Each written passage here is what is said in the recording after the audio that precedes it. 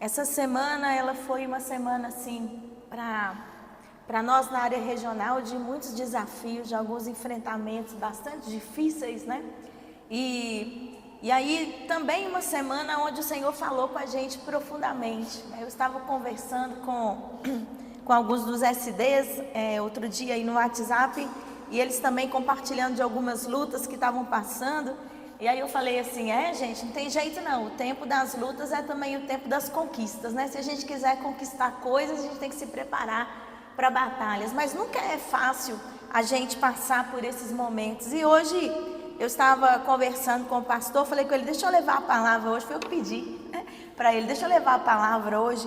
E meditando nessa tarde sobre o lugar do Espírito Santo, quando a gente passa por esses desafios, meditando sobre qual é a grande tarefa dele, que é a questão hoje que eu quero colocar aqui para vocês. A gente viu na semana passada sobre a pessoa do Espírito Santo, quem ele é, o que é que ele deseja fazer, não é, na nossa vida a partir da sua natureza. E hoje eu quero falar sobre a tarefa dele, o trabalho dele na nossa vida. E enquanto eu estava estudando sobre isso, o tema do Espírito Santo é um tema que comove muito o meu coração. É uma tarefa que toda vez que eu tenho que estudar sobre ele, meu coração fica assim, muito enternecido, porque o Espírito Santo, eu acho que ele tem uma função muito especial na vida daquelas pessoas que são mais assim, artísticas, e eu vou me considerar uma pessoa artística, né? Porque o Espírito Santo é aquela parte da Trindade que move a criatividade do ser humano, a sua capacidade de realizar. Quando a palavra de Deus fala no livro de Gênesis que Deus criou o céu e a terra, começa dizendo que o Espírito de Deus, ele pairava por sobre as águas. O Senhor, ele através do seu Espírito, ele então visualiza todo aquele cenário de caos e escuridão e ele começa a criar, não é? Há um livro muito famoso, apesar de algumas controvérsias que ele tem, chamado A Cabana. E algumas das partes que ele trata sobre o Espírito Santo, ele coloca o Espírito Santo como esse vento criativo que vai soprando e inspirando as pessoas. E eu comecei a pensar sobre Jesus e como ele, sendo o nosso modelo e nos chamando, como diz a sua palavra, para sermos imitadores dele. E esse é um texto que eu quero trazer aqui para vocês, que está lá em Efésios. O apóstolo Paulo também traz para nós: sede, pois, imitadores de Deus como filhos amados, e andai em amor como também Cristo nos amou e se entregou a si mesmo por nós, em oferta e sacrifício a Deus em cheiro suave. E aí eu comecei a pensar, irmãos e irmãs, sobre a relação de Jesus e o Espírito Santo.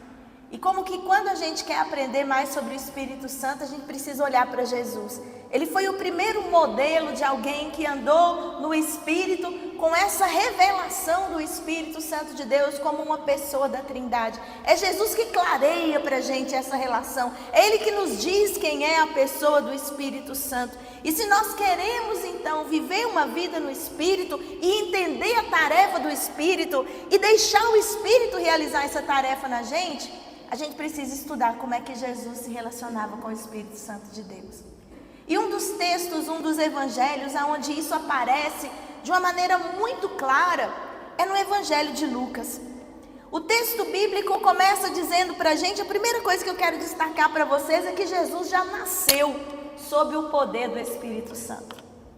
Quando a palavra de Deus fala no Evangelho de Lucas, capítulo 1, de 35 a 38, diz que a Maria foi declarado que desceria sobre ela o poder do Espírito Santo e ele a cobriria com as suas asas.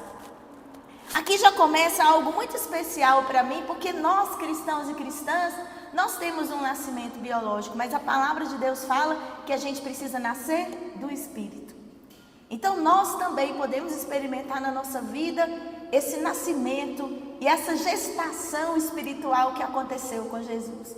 Assim como Jesus nasceu sob o poder do Espírito, nós também podemos nascer. E o que significa esse nascimento sob o poder do Espírito? A primeira coisa que eu percebo é que Deus, ele fala com Maria através do anjo: vai descer sobre você o poder do Espírito e ele a cobrirá com as suas asas. Jesus é nascido sob o poder do Espírito Santo em uma expressão de cuidado. Eu comecei a olhar na Bíblia quantas vezes a expressão estar sob as asas de Deus aparece. E é uma penca delas, amados irmãos e irmãs. Pelo menos nos Salmos a gente encontra no Salmo 17:8, no Salmo 57:1, no Salmo 91:4, várias expressões dizendo: vocês estarão sob as asas do Altíssimo, sob as asas do Todo-Poderoso. E estar sob as asas de Deus é a gente se sentir em um estado de segurança. O Espírito Santo de Deus não pode usar pessoas inseguras, pessoas temerosas. Então a primeira coisa que Ele faz quando a gente nasce sob o Espírito é nos dar esse senso de pertencimento. A gente pode hoje pesquisar pela internet afora, mas talvez alguns dos pais aqui, acho que mais pais, porque nesse caso as mães são um pouquinho mais atemorizadas, né? Mas em geral, a gente quando é criança tem umas fotos do nosso pai com a gente, não é? Eu tenho uma do meu pai assim. E o meu pai pegava a gente e botava a gente com os 2 pezinhos na palma da mão dele e levantava a gente assim, durinho na mão dele. Todas as fotos que a gente tem lá, da minha foto até a foto do meu irmão mais novo, que é uma foto tradicional, infelizmente é uma daquelas que não dá pra gente fazer antes e depois agora, como tá ficando famoso também na internet, né? Mas quando você olha a cara de todos nós pequenininhos na palma da mão do nosso pai, há uma característica em comum. Qual é ela? A gente está rindo, não é? A gente não está apavorado, a gente não está temeroso, a gente está rindo, não é? Porque há um sentimento de segurança que foi impregnado ali na relação. Pode ser que muitos de nós passamos experiências na nossa vida que não são regidas pelo Espírito. Muitas situações da nossa vida que são regidas pela nossa história familiar, que são regidas pelas nossas questões financeiras, que são regidas pelas questões sociais.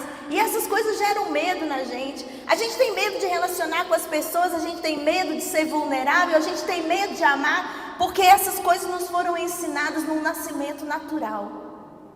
Mas quando o Espírito de Deus nos convida a nascer de Deus, Ele nos dá esse senso de pertencimento, de que sob as asas do Senhor nós estamos seguros.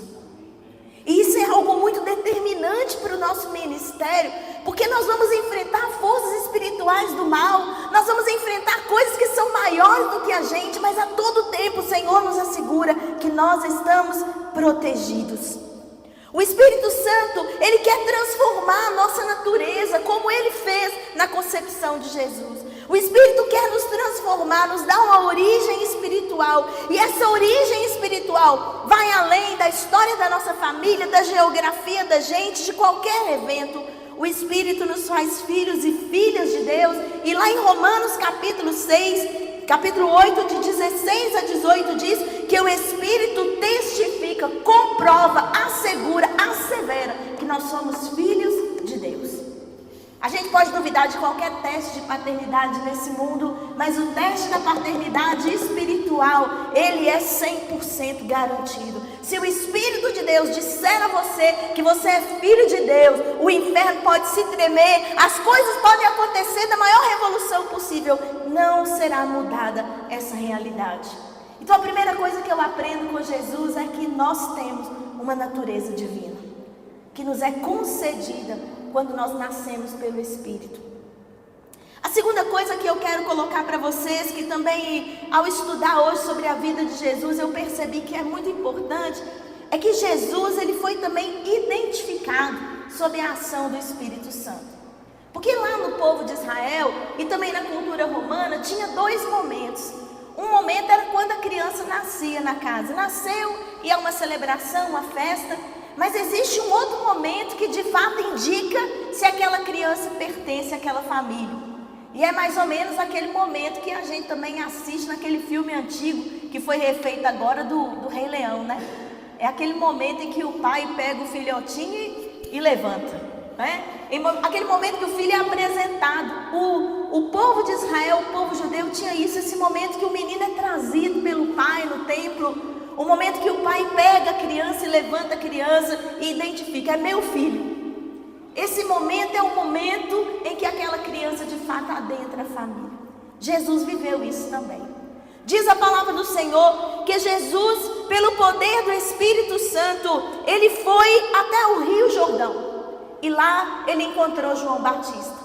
E João Batista batiza Jesus. Jesus fala, não é necessário, não é preciso isso, porque eu já reconheço você, eu não sou digno de amarrar suas sandálias. Mas há uma expressão ali naquele texto fantástica de Jesus. Jesus diz para João, é necessário, é preciso, tem que ter esse momento aqui. É uma identificação que a gente não pode escapar. E a palavra do Senhor diz que na hora que João batizou ele, e que ele sai ali do rio, há uma voz, há uma pomba que desce sobre ele, que é o Espírito Santo, e há uma voz do céu que diz, você é o meu filho amado, em ti eu me agrado. E aqui vem uma coisa muito importante para nós também, que o nascimento nos dá uma segurança, mas a fala do Pai nos dá de fato uma identidade. E a palavra do Senhor diz que Jesus recebeu isso sob a ação do Espírito Santo. E essa, irmãos e irmãs, é uma grande pergunta que deu origem à filosofia no mundo e que é a origem de todas as ciências humanas. É essa pergunta, de onde eu vim? Não é? A gente falando bem mineiro, não é de onde eu vim, pouco eu vou. Não é? Qual que é a função da minha vida? A grande existência que eu tenho que responder, qual é o propósito? Todos nós perguntamos por isso. E às vezes a gente coloca o propósito da nossa vida na profissão que a gente exerce. E às vezes eu mesma posso confundir. Eu tenho um chamado divino porque eu fui chamada para ser pastora, não é? E essa é uma vocação divina. Eu posso me confundir. Tem gente que acha que diz assim, eu nasci para ser médico, eu nasci para ser professor. Esse é o sentido da minha vida. E tudo bem, mas isso é um dom que a gente exerce. Mas essa não é a identidade, a nossa natureza. Eu acho incrível, porque esse é um dos versículos assim da Bíblia que mais me impacta na minha existência, porque marcou para mim, o encontro com esse texto marcou para mim quase que um coração aquecido para John Wesley, sabe? Uma experiência assim muito transformadora, porque a pessoa que estava ministrando sobre a minha vida me disse, você já reparou que Jesus, quando foi identificado como Filho de Deus pelo Espírito Santo, ele não tinha feito nenhum milagre? Ele não tinha feito nenhuma manifestação pública? Ele não era conhecido de ninguém?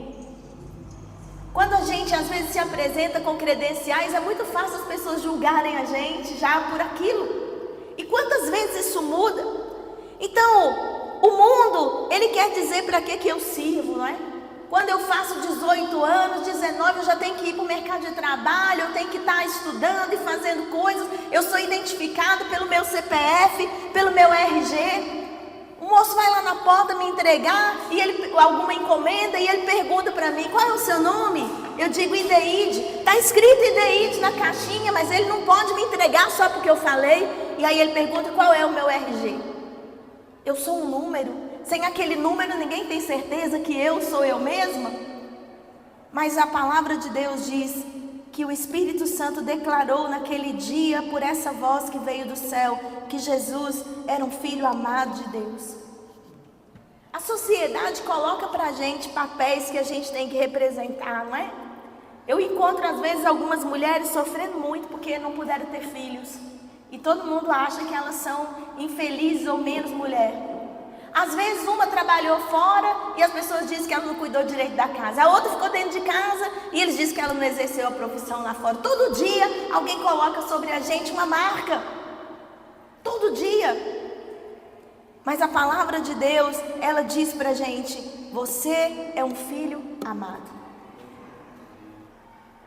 Sabe, irmãos, eu acho que a gente pode passar grande parte da nossa vida, mesmo dentro da igreja, sem entender o que é isso. Porque muitos de nós não fomos amados e nunca seremos do jeito que o Senhor nos ama. Observe que quantas vezes as pessoas colocam regras pra gente, já desde a nossa infância, pra gente receber algum amor. Se você tirar uma nota boa na escola, se você proceder direitinho, se você não fizer nada errado. E aí a gente muitas vezes se coloca em um risco do amor, porque qualquer coisa pode romper aquela relação. E como essa é uma necessidade entranhada na gente, Porque toda criança tem uma fase que ela fica perguntando para o pai e para a mãe muitas vezes: você gosta mesmo de mim? Você gosta de mim? Você gosta de mim? Existe uma necessidade de sermos amados, que Deus botou na gente. E a gente às vezes passa a nossa vida procurando outros amores, naquilo que só Deus pode suprir. Porque quando a gente entende, Deus diz para nós: você é o meu filho amado. O inferno podia dizer qualquer coisa sobre Jesus. Os judeus podiam dizer qualquer coisa sobre Jesus. Os gentios podiam dizer qualquer coisa sobre Jesus. Mas ele sabia quem ele era em Deus. E essa é a grande coisa da conversão. A grande tarefa do Espírito Santo é revelar para a gente quem nós somos em Deus. Porque aquilo que a gente faz não é o que a gente é em Deus. Mas aquilo que a gente faz pode revelar o que a gente é em Deus. E a gente não pode confundir essas duas coisas. Nós somos filhos amados. E Deus, ele diz mais, ele diz: em você eu tenho alegria. A presença do Espírito Santo, ela me garante, amados irmãos e irmãs, todos os dias, que eu posso avançar, que eu posso progredir, que eu posso melhorar, que eu posso ter uma vida plena, que eu não tenho que ficar buscando merecimento em tudo, porque a minha identidade de filha não depende de mim, depende do Pai que me chama de filha. Depende dele e de quem ele é, e porque ele me dá o seu Espírito Santo e me revela. Ser filha de Deus me dá as necessidades básicas da minha alma, que mundo nenhum pode suprir. Às vezes eu vejo pessoas correndo atrás de círculos, correndo atrás de lugares, correndo atrás de grupos de pessoas, mas é o ser filha de Deus que me dá um pertencimento real a uma família. É o Espírito de Deus que ancora minha existência no mundo, que me dá uma base. É o fato de viver com o Espírito de Deus que me dá um propósito na existência.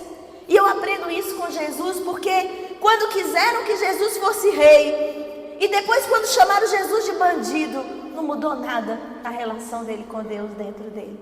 O que as pessoas diziam não fazia diferença, nem para que Jesus se orgulhasse, nem para que ele se desesperasse, porque a todo momento ele ia ficar sós com o Pai, e para ouvir de novo do Espírito quem ele era no Senhor. Você tem ouvido o que Deus tem dito a seu respeito? Você tem de fato acreditado nisso? Porque se você acreditar, muitas das suas dificuldades, dos seus pecados, dos seus limites, da sua história de vida, vai ser completamente indiferente. Porque quando a gente entende: você é meu filho, não é qualquer filho, você é meu filho amado. A palavra que está ali é a palavra ágape, é o amor incondicional. A terceira coisa que eu aprendo com Jesus e na sua relação com o Espírito Santo é que Jesus, ele é fortalecido pelo Espírito. Essa é uma outra tarefa que o Espírito faz na minha vida e na sua. A gente pode ser fortalecido nele. Quando você vai lá em Lucas, diz que Jesus, no capítulo 4, cheio do Espírito Santo, logo depois do batismo, voltou do Jordão e foi levado pelo Espírito ao deserto para ser tentado pelo diabo.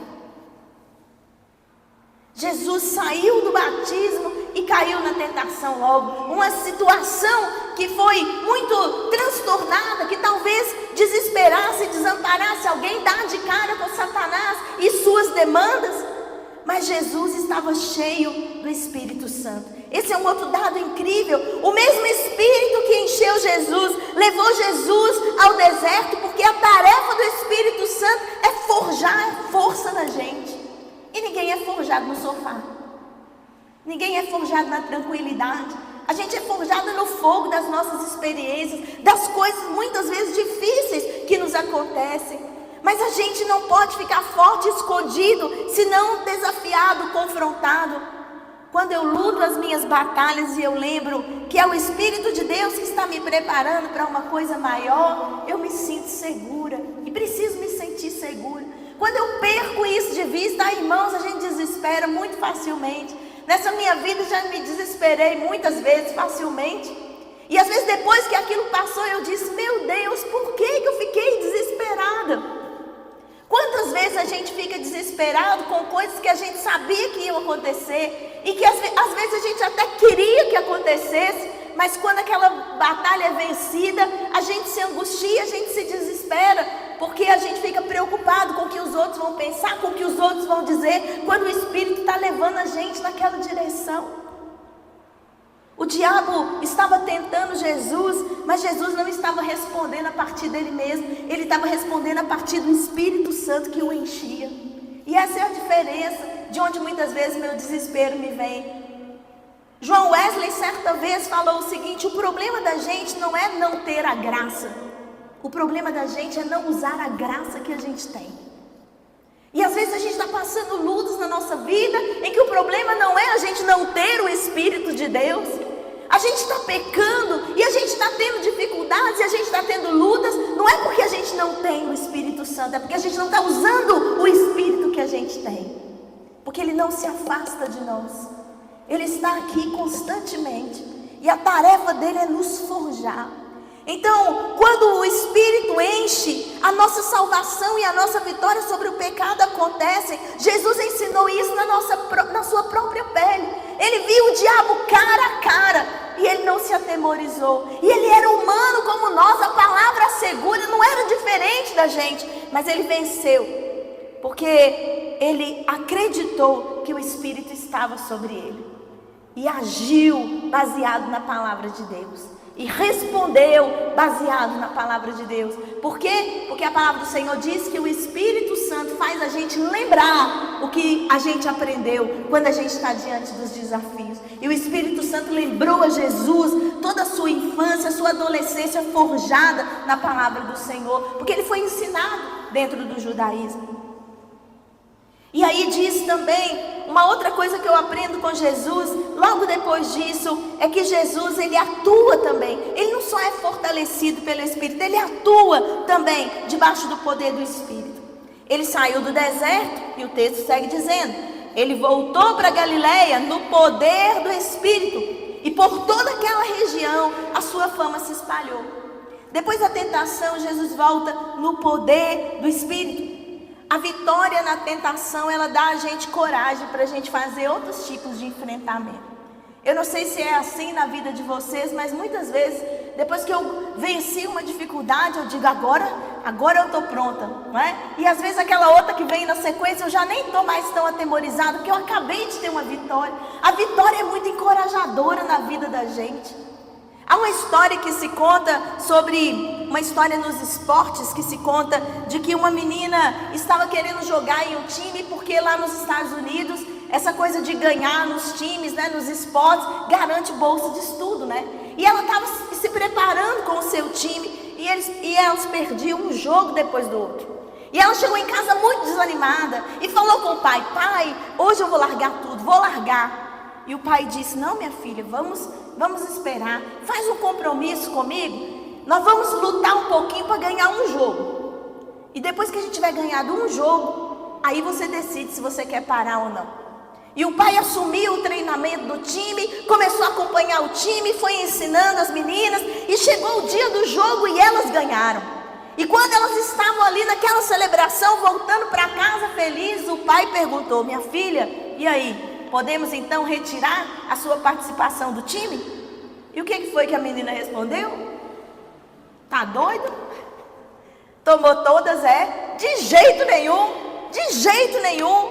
Porque quando a gente vence a nossa tentação, nós nos sentimos encorajados. Quando a gente vence o nosso limite, é fácil para a gente entrar na outra batalha. Irmãos e irmãs, nós precisamos colocar as nossas vitórias diante de nós. Porque Deus tem dado elas para a gente. E às vezes a gente se esquece. Porque depois da tentação, Jesus foi pela Galileia, pelo poder do Espírito. E quando ele começou a falar e a pregar e a fazer os seus milagres, a fama dele se espalhou por toda parte. Jesus pregou a palavra pela Galileia inteira porque ele estava encorajado pela vitória no deserto. O Espírito quer nos dar vitórias para que nós possamos voltar para os nossos lugares e possamos realizar o que o Senhor nos chamou. Nós precisamos crer que o enchimento do Senhor é uma realidade para nós. As lutas não são para nos destruir, elas são para revelar a nossa identidade forjada de filhos e filhas de Deus. Então, quando a fama de Jesus se espalhou, ele não corria mais o risco de cair pelo orgulho, porque ele já tinha sido lapidado. Ele não ia ficar exaltado pelos milagres, porque ele já sabia de quem era a obra. Ele reconhecia o seu caráter, foi tratado o tempo todo pelo Espírito de Deus. Ele podia se sentir confiante. Se eu quiser imitar Jesus, preciso aprender a lição, que qualquer reconhecimento ou fama que eu tenha, vem diretamente do fato de estar conectada com o Espírito de Deus.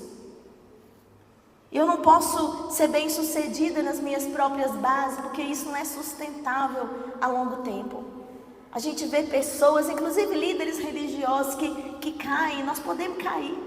Se a gente duvidar um pouquinho, se a gente desviar o olho um pouquinho, Pedro nos mostra isso. É o olhar sair um tiquinho de Jesus, a gente já está afundando. É preciso que a gente entenda e atue debaixo do poder do Espírito. E por fim, mas não menos importante, eu quero colocar um versículo aqui para vocês, que me marca muito também, que está lá em Lucas, no capítulo 4. Jesus, ele pregou pela sinagoga, ele foi por vários lugares e ele chegou em Nazaré. E ele entrou na sinagoga e se assentou lá no dia de sábado. Não foi Jesus que escolheu o texto, a palavra diz que foi dado a ele o rolo. E quando ele abriu aquele rolo que foi dado, e ele leu, ele teve uma revelação. Ele leu o seguinte: o Espírito do Senhor está sobre mim, porque ele me ungiu para levar boas novas aos pobres. Ele me enviou para proclamar liberdade aos presos e recuperação da vista aos cegos, para libertar os oprimidos e apregoar o ano do favor do Senhor, o ano da graça do nosso Deus, o ano aceitável. Aqui, quando Jesus termina de ler, diz o texto que foi um momento dramático. Ele terminou de ler e toda a congregação estava com os olhos fitos nele. Todo mundo prestando atenção. O que vai vir agora? Eu imagino que Jesus deu uma pausa, né? Porque ele também estava recebendo aquela revelação naquele momento. E ele disse assim: hoje está se cumprindo essa profecia que vocês estão ouvindo. Hoje se cumpriu. Jesus assumiu para ele: o Espírito do Senhor está sobre mim. Ele aplica a ele mesmo essa profecia: o Espírito de Deus está sobre mim. Jesus reconhece que o Espírito está, e o Espírito também unge. O Senhor me ungiu. Ser ungido no mundo bíblico significa ser designado, capacitado para uma ação. Então, o rei era ungido para reinar, o profeta era ungido para profetizar, o sacerdote era ungido para atuar no templo, no santuário. A unção é um elemento importantíssimo na consagração, para que a pessoa mesma reconhecesse que aquilo que ela recebeu não é dela e não é para ela, mas é para o povo, é para a causa de Deus, acima de tudo para Deus mesmo. Jesus entende isso. O Espírito me ungiu para 4 coisas pelo menos: anunciar, libertar, curar e livrar. A pobreza, a cegueira, a prisão e a opressão são estados sociais, são estados físicos. Na época de Jesus também eram estados religiosos. Essas pessoas todas eram excluídas do culto e de uma série de participações. Mas acima de tudo, a pobreza, a cegueira, a prisão e a opressão são estados espirituais. E Jesus, ele veio nos libertar dos nossos estados espirituais. Porque se a gente não percebe isso, às vezes o nosso estado social está parecendo favorável, mas a gente é pobre. A igreja de Laodiceia era assim. Parecia que tinha muita coisa, mas Jesus chamava de pobre. Os fariseus achavam que estavam enxergando, mas Jesus disse que eles eram cegos. Há muita gente que acha que é livre de tudo, mas é prisioneiro do vício. E há muita gente que acha que é o último pacote da bolacha. Mas você já viu a cara do último pacote da bolacha? Tem gente que acha que está por cima de tudo, mas não está. Amados irmãos, isso é um estado espiritual. Eu me lembro que às vezes a gente percebe que essas coisas, esses estados espirituais, eles estão ligados com as nossas emoções, estão ligados com a nossa história, estão ligados com a nossa preocupação com o que os outros pensam de nós. Os oprimidos, os abandonados, os cegos, os prisioneiros são pessoas que precisam de grandes libertações. E o Espírito de Deus ungiu Jesus, ele disse, estava sobre ele e o ungiu. Não apenas estava sobre ele, mas o habilitava. E a palavra do Senhor, ela diz que exatamente o que aconteceu com Jesus está para acontecer com a igreja dele na face da terra. Já aconteceu, está acontecendo, estará para acontecer. Por quê? Lá no livro de Joel, há um texto maravilhoso que fala assim: e acontecerá nos últimos dias que derramarei o meu espírito sobre toda a carne. Há um derramado espírito sobre toda a carne. Vossos filhos e vossas filhas profetizarão. Os velhos terão sonhos. Os jovens terão visões. E até sobre os escravizados será derramado o Espírito. Então, quando Jesus chegou na sinagoga e ele disse, hoje se cumpriu aquilo que havia de acontecer, nós, como imitadores de Jesus, precisamos chegar ao momento em que a gente abra a palavra e a leia e também diga para nós mesmos e para a sociedade, para esse mundo onde nós estamos, hoje se cumpriu essa profecia. O Espírito do Senhor está sobre mim. Ele me ungiu. Não vai passar uma pessoa cega aqui que não tenha seus olhos espirituais abertos. Não vai passar uma pessoa prisioneira aqui a quem eu não anuncio o ano da graça do Senhor. Porque o Espírito de Deus está sobre mim, como também estava sobre Jesus. A tarefa do Espírito é nos encher. É nos dar essa coisa chamada dinamis, que a Bíblia traduz por poder, que não é assim, mandar. O poder, a dinamis não é mandar, não é ter autoridade, não é ter imposição. Dinamis, o poder, é o poder de realizar. É o poder de fazer as coisas acontecerem, é chamar as coisas à existência. Você sabe o que é isso? É Deus conceder a você um poder que é dele, por meio do Espírito Santo. Quando a gente impõe as nossas mãos sobre uma pessoa enferma e a gente chama a cura à existência e ela acontece. E nós já vimos, nós ouvimos aqui nesses dias testemunhos de curas. Quando alguém estava à beira da morte e foi clamado, quando alguém estava em uma situação impossível e orando, aquilo aconteceu. Nós temos o poder de Deus de criar coisas novas. Ele nos dá pelo seu Espírito. Então a gente precisa, amados irmãos e irmãs, nos encher se estamos esvaziados. A tarefa do Espírito é nos tornar capazes, não só no nosso discurso, mas na nossa prática. A tarefa do Espírito é nos tornar capazes de ter os seus dons: amor, alegria, paz, longanimidade, benignidade, bondade, mansidão, domínio próprio, coisas contra as quais não há lei. Ninguém pode impedir a gente de viver isso. E às vezes, se a gente está vivendo menos do que isso, é porque a gente não está cheio. A gente tem que descobrir aonde que está tendo esse vazamento na nossa vida espiritual, porque o Espírito deseja nos encher. É vontade dele nos encher. A palavra do Senhor diz lá que o Senhor tem uma medida para nós que é abundante. É uma medida abundante, recalcada. Sabe o que é recalcado nesse sentido? Aquilo que a gente sacode. Você está botando um bocado de fubá num pote na sua casa e você percebe que ainda tem um pouquinho de fubá no pacote. O que você faz com o pote? Dá uma batidinha para assentar, para caber o resto. Você é um pote das bênçãos de Deus, irmãos. E quando o Senhor tem para derramar em você, Ele já encheu. Quando Ele olha, ainda tem um pouquinho dentro do saquinho na mão dele, Ele vai te dar uma sacudida para te encher mais. É isso. É uma medida transbordante até derramar. É sem miséria. A gente fala lá em Minas, sem miséria. O que o Senhor quer fazer na nossa vida. A tarefa do Espírito é nos lembrar que não somos de nós mesmos, que a gente não está sozinho, mas que o nosso irmão mais velho nos ensina, que o nosso Pai Celeste nos acolhe. O Espírito nos ensina, nos consola, nos chama, vocaciona a gente, Ele está sobre nós. Precisamos crer que Ele está sobre nós. E precisamos profetizar como Deus ensinou o profeta Ezequiel. Até mesmo no vale de ossos secos, se o Espírito soprar, a vida acontece. Deus não tem limite para a sua ação. Ele quer lidar com nossos estados de morte, com a nossa desesperança. O Espírito de Deus, Ele nos faz sonhar. Irmãos, Ele nos faz sonhar, Ele nos faz ter visões.